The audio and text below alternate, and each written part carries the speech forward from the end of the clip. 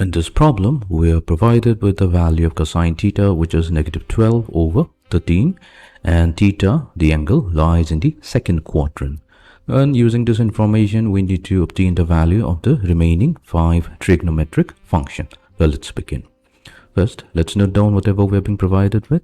We are given the value of cosine theta. So we have cosine theta that's equals to negative 12 over 13. Now, since we have the value of cosine theta, we can immediately obtain the value of secant theta. So secant theta, we know that that is the reciprocal of the cosine function, the 1 over cosine theta. And when you substitute cosine theta with negative 12 over 13, so secant theta value comes out to be negative 13 over 12. Now, let's find out the value of sine theta.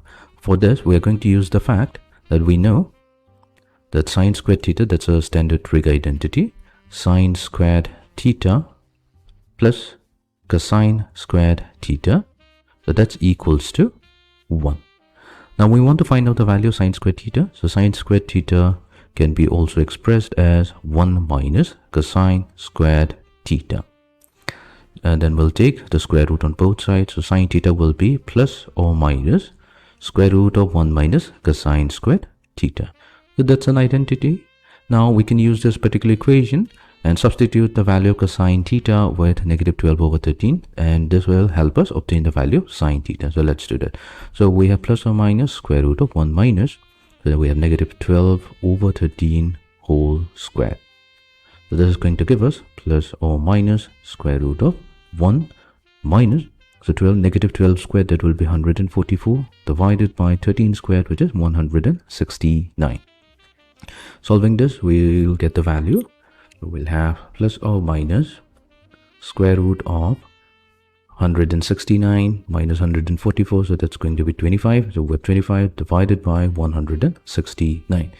Now both the numerator and the denominator are perfect squares. So 25, that's the square of 5 squared, so that means its square root will be 5. 169, that's the perfect square of 13, so we're going to get 13 in the denominator. Now this is the value of sine theta. Now here we can clearly see that sine theta has got two values. It could be either positive 5 over 13 or negative 5 over 13. We have to make sure we can only consider one value here, and it's given here in the question that theta lies in the second quadrant. So let's just try to understand this. So here what we'll do, we'll sketch our coordinate system. So this coordinate system is going to have 4 quadrants: quadrant number 1, quadrant number 2, quadrant number 3, and quadrant number 4. Because we considered that's the sign convention that as we go from right to left in the anti-clockwise fashion, the theta is going to be considered as positive. Now in the first quadrant, theta is positive. Theta is all the trigonometric functions are going to be positive. So A means all the trig functions are positive. So be it sine, cosine, tangent, cotangent, secant or cosecant, all of them are going to be positive. In the second quadrant, we have the sine function, which is positive. And since the sine is positive, the cosecant function, that's also going to be positive. The remaining 4, cotangent, tangent, cosine, and secant, these 4 trig functions are going to be negative. In the third quadrant, we have the tangent function, which is going to be positive. And since the tangent is positive, its reciprocal, which is the cotangent function, so that's also going to be positive, and other trig functions are going to be negative. And finally, in the fourth quadrant, the cosine function, cos function, that's going to be positive, and since cos is positive, secant function is also going to be positive, and the remaining 4 trig functions are going to be negative. Now in the problem, it's given here that our theta lies in the second quadrant. Now in the second quadrant, we know that the sine function is positive. So here we will consider only the positive value of sine theta. So sine theta is going to be positive 5 over 13. Since we have to mention here, since theta lies in the second quadrant. Now that we have the value of sine theta, we can immediately obtain the value of cosecant of theta. So cosecant of theta, that's 1 over sine theta, the reciprocal of the sine function. So since sine is at 5 over 13, so 1 over 5 over 13 will become 13 over 5. So this is the value of cosecant theta. Now we are left with, so we have 1, 2, 3. We are left with another 2. So we need the tangent and the cotangent function. So let's try to find out the value of the tangent function. We'll take the help of secant theta, which is negative 13 over 2. So let's note it down. So we've already obtained secant theta, that's negative 13 over 12. We know that there's another identity.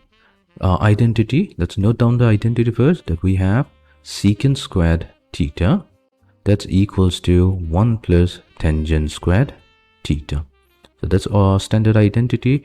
Now we can replace the value of secant theta with negative 13 over 12 and solve for tangent theta. Let's do that. We're going to get negative 13 over 12 whole squared. That's equals to 1 plus tangent squared theta.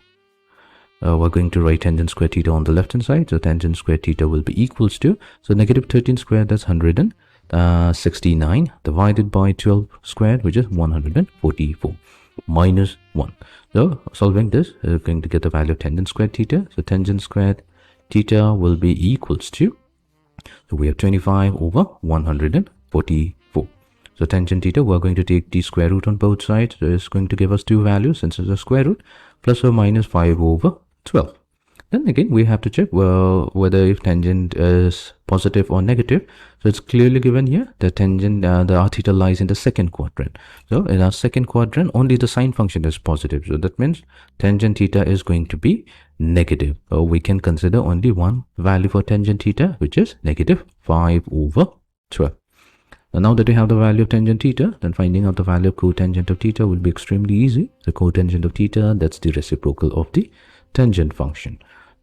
We'll substitute tangent theta with negative 5 over 13, and this is going to give us negative 12 over 5. So this is going to be the value of cotangent of theta.